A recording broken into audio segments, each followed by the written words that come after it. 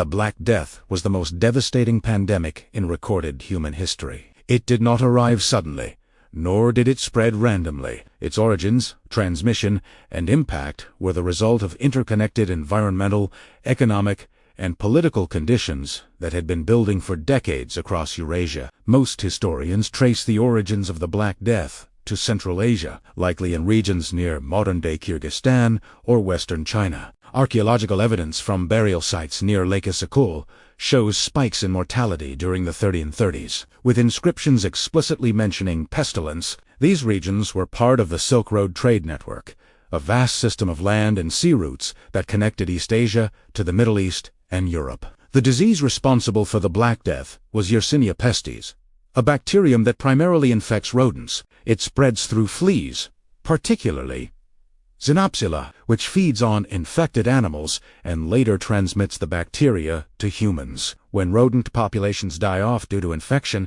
fleas seek new hosts, including people. The Mongol Empire played a crucial role in the disease's westward spread. By the early 14th century, Mongol rule had unified vast territories, creating unprecedented movement of goods, armies, and people. While this brought economic integration, it also allowed pathogens to travel rapidly across continents. One of the earliest documented outbreaks occurred in 1331 in China, where records describe widespread death and deep. By the 1340s, plague outbreaks were reported across Central Asia, Persia, and the Middle East.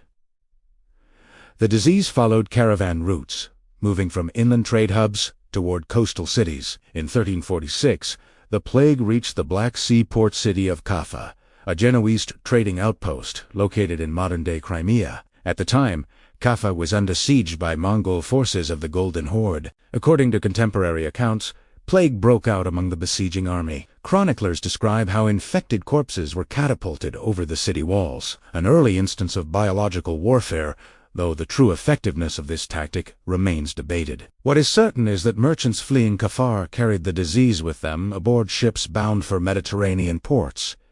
These ships became floating ink. Rats infested the cargo holds, and fleas spread rapidly among crew members. In October 1347, plague-ridden ships arrived at Messina, in Sicily. Accounts describe sailors either dead or dying upon arrival, their bodies marked by black swellings known as bubonic. Authorities attempted to expel the ships, but the disease had already taken hold. From Sicily, the plague spread quickly across Italy. Genoa, Venice, Pisa, and Florence experienced outbreaks within months. Dense urban populations, poor sanitation, and constant movement of people allowed the disease to explode. Cities became centers of infection, but rural areas were not spared.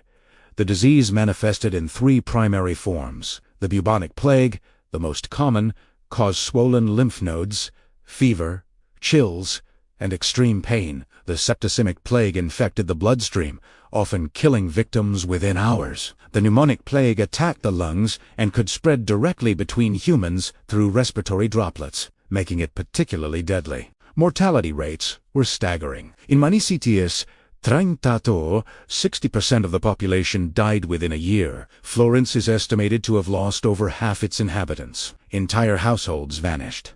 Streets filled with corpses, graveyards overflowed, and mass burial pits became common. Medical knowledge at the time offered no effective treatment. Medieval physicians operated under Galenic theory, believing disease resulted from imbalances in bodily humors. Treatments included bloodletting, purging, and herbal remedies, none of which slowed the plague. Some doctors wore early protective garments, including masks filled with aromatic substances, believing foul air caused disease. The belief in miasma, or poisoned air, dominated explanations. Fires were lit to cleanse the atmosphere. Cities burned incense and herbs. People carried flowers or spices to ward off infection. While these measures were ineffective, they reflected attempts to impose order on an incomprehensible catastrophe. Religious interpretations were widespread. Many believed the plague was divine punishment. Flagellant movements emerged, with groups traveling from town to town,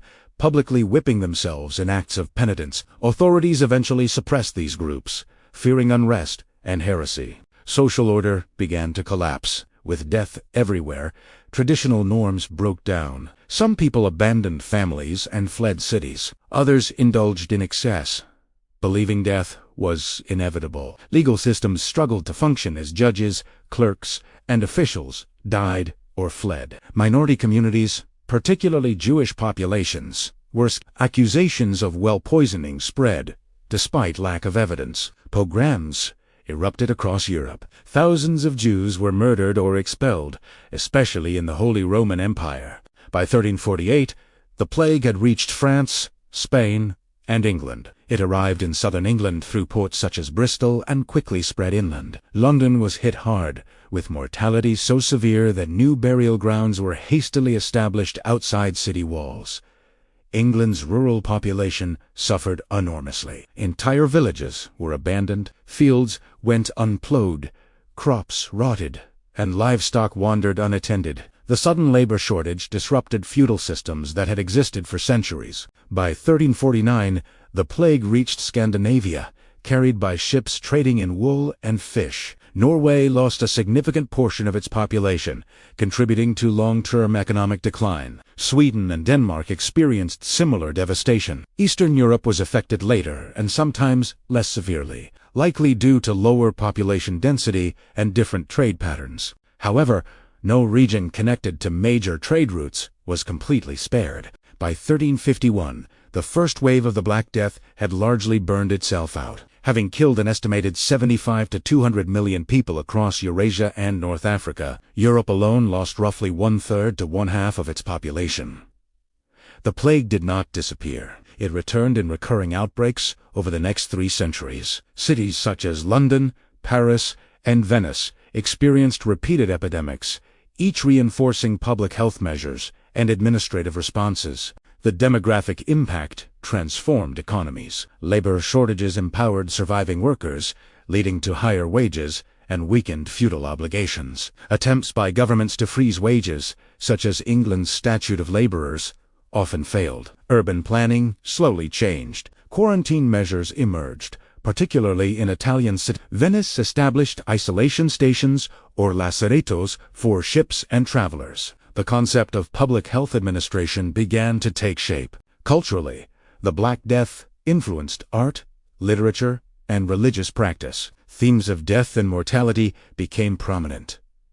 Mass graves and memorials altered landscapes. Chroniclers recorded events with unprecedented detail, leaving historians rich sources to study. From a modern perspective, the Black Death illustrates how interconnected systems-trade ecology, warfare, and belief can amplify catastrophe. It was not a single event, but a prolonged crisis shaped by human behavior and environmental conditions. The Black Death reshaped Europe more profoundly than any war of the medieval period. It altered population structures, economic relations, urban development, and institutional authority.